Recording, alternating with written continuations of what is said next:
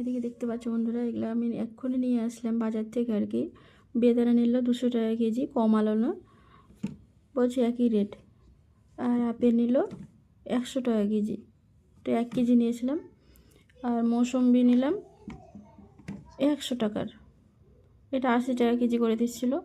বললাম 60 টাকা করতে, তো কোনো রকমভাবে বলছি 100 টাকা নিলে তাহলে 60 টাকা করব, দিয়ে এটা 100 টাকা নিলাম। আসলে কয়েকদিন ধরে শরীরটা খুব খারাপ, তো তার জন্য আর কি ফলটা আনা হলো। না, নিয়ে আসি মাঝে মধ্যেই নিয়ে আসি ফল, সেটা না। তো এই দেখো, মানে গিয়েছি আর এসেছি, শুধু ফলটা নিয়েছি আর এসে। ছেলে বলছে মা খুব তাড়াতাড়ি চলে আসলাম, বেদানার এগুলো দেখো কি সুন্দর লাগছে দেখতে না বন্ধুরা।